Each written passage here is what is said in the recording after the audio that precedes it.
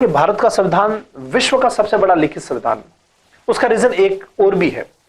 पहला रीजन तो यह है कि हमारे देश में विभिन्नताएं बहुत है ना, जाति धर्म है ना, बहुत सारी आपको याद रखना, प्राकृतिक आपको याद रखना, विभिन्नताएं भी बहुत सारी है।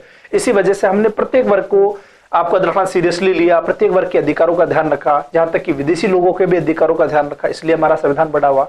इसके साथ कुछ कारण और भी है, जैसे कुछ अनुच्छेद ऐसे थे जो हमारे संविधान लागू होने के साथ ही किसी काम के नहीं रहे, है ना।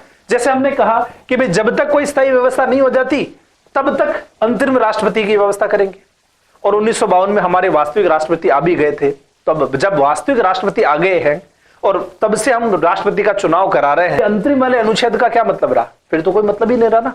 उसी प्रकार है कि हमारे 279 में अंतरिम संसद की भी व्यवस्था थी कि जब तक कोई स्थायी रूप से संसद की स्थापना नहीं हो जाती, संसद का गठन नहीं हो जाता, लोकसभा राज्यसभा का गठन नहीं हो जाता,